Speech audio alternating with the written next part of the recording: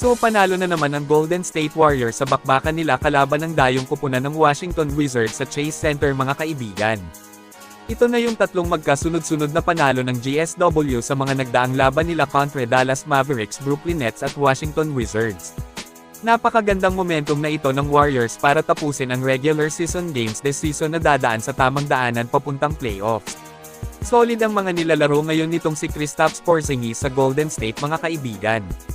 Isang malaking party talaga siya sa GSW at malakas na pampuno sa nawalang Jimmy Butler sa Dubs. Nakikita natin kay KP ngayon ang malaking pag-asang makakapag-playoff sila at gagawa ng espesyal pagdating sa playoffs. Katakot po ang kayang gawin ng isang healthy Porzingis mga kaibigan kasi may size, may shooting at mautak maglaro. At paniguradong mas aangat pa ang laro nito sa pagbabalik ni Stephen Curry sa lineup ng GSW. Kung saan kaabang-abang talaga yung magiging duo nila, parehong shooter at ngayon lang din sa tagal na bigyan ng isang katandem na mahusay na sentro ang greatest shooter. Kaya inaabangan po ng marami ang parehong paglalaro ni na Steph at KP sa Dubs ngayong season.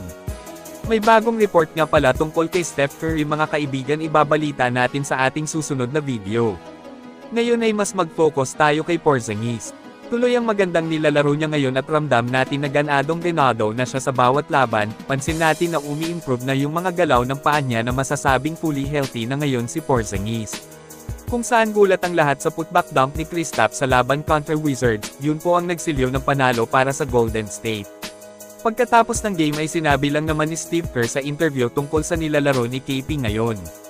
Punto niya dito mga kaibigan na napakalaki talaga ang impact na dala ni Porzingis sa kanila dahil sa saktong size niya at spacing na naibibigay sa team. Ay kumbaga kaya nga daw nila ngayong kontrolin ang oras at umiscore ng madali dahil kay Kristaps Porzingis. Well, napapansin naman natin na ibinibigay palagi ng Warriors ang bola kay KP sa crunch time, kasi syempre siya yung napakahirap pigilan sa team nila. Kayo mga kaibigan, ano ang masasabi nyo sa mga nilalaro ni Porzingis sa Warriors ngayon? Mag-comment lang po. Samantala bago tayo magtapos ay sipatin po natin ng mabuti ang ginawa ni Kristaps sa bakbakan versus Wizards.